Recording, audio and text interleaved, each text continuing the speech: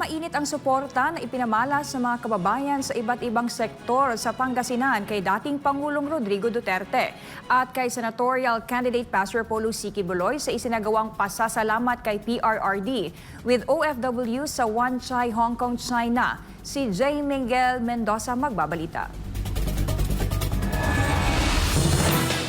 Dito sa Gracia Village Covered Court ng Cayasador, Daneta City, Pangasinan, makikita natin ang dagsa ng mga tao mula sa iba't ibang sektor na nagpapakita ng suporta at pasasalamat kay dating Pangulong Rodrigo Roa Duterte, VP Sara Duterte at kay Pastor Apollo C. Quiboloy sa ginanap ngayon na pasasalamat kay PRD with OFWs na live sa pamamagitan ng social media mula sa Southern Stadium, Wan Chai, Hong Kong.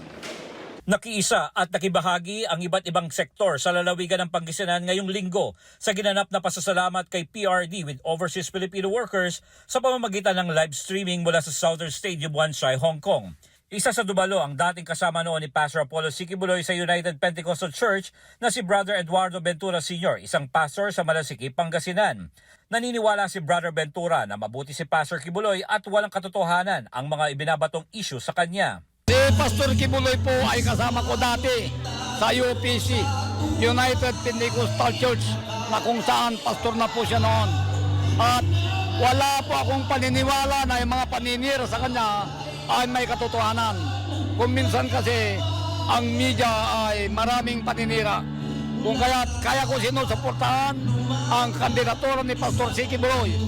Dahil sa ngayon pa lang, magmula nung ako matutong bumuto, ngayon pa lang mayroong naglakas loob na pumasok sa Senado na isang anak ng Diyos.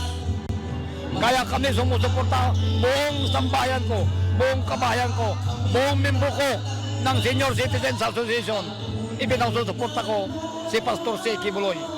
Isa rin sa matagal nang sumusubaybay kay Pastor Apollo C. Quiboloy, si Leon Castañeda, isang retired AFP at miyembro ng Veterans of the Philippines at Guardian Brotherhood ng Urdaneta, Pangasinan. Sa pag-imbita sa kanya na lumahok sa nasabing pagtitipon ay walang pagdadalawang isip na tumugon nito para ipakita ang kanyang suporta para kay Pastor Apollo. Anya, kung hindi dahil sa tulong ni Pastor Quiboloy ay hindi mananalo si PBBM at ngayon ay hinuli at kinulong pa ng kasalukuyang administrasyon ang butihing pastor kaya naman ay malaki ang kanyang simpatya rito. Ay pumunta po ako dito kasi namasyal po yung kwan ni Pastor Apollo Quiboloy sa Barabarangay at alam naman na noon pa sinusubaybay ko rin ang mga kwan ni Pastor ang buhat nung kwan sa KOGC niya sa mga kwan niya sa mga television noon na hindi pa presidente ang Marcos administration, siya ang nagtulong na subaybayan ko yun, napanood ko.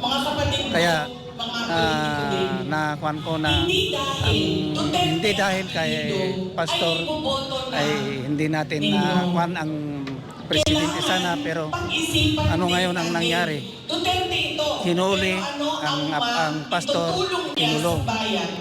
Dagdag pa ni Castañeda, masakit sa kalooban nito na ang taong kanyang palaging sinusubaybayan dahil sa magandang mga sinasabi, ngayon ay ginigipit na ng kasalukuyang administrasyon.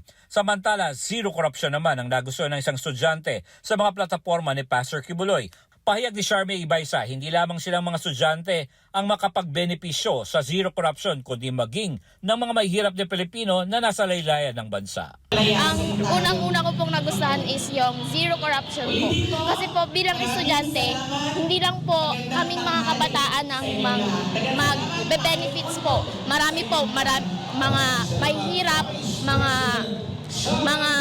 nasa iba pang laylayan ng ating mga bansa.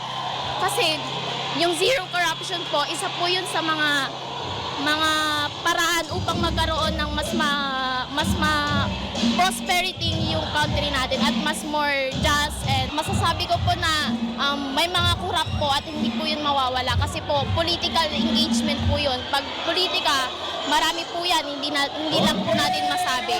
Kaya gusto ko pong suportahan ng ating pinakamamahal na pastor sa no zero corruption po. Napakaganda ng ginawa ni Pastor Apollo C. Quiboloy na pumasok sa politika bilang senatorial ayon kay UPC Pastor na si Brother Eduardo Ventura Sr. At naniniwala si Ventura na pasok si Pastor Quiboloy sa top 10 sa mga mangungunang senador na iboboto ng taong bayan. Para sa Diyos at Pilipinas kung mahal, J. Miguel Mendoza, SMNI News, North Luzon.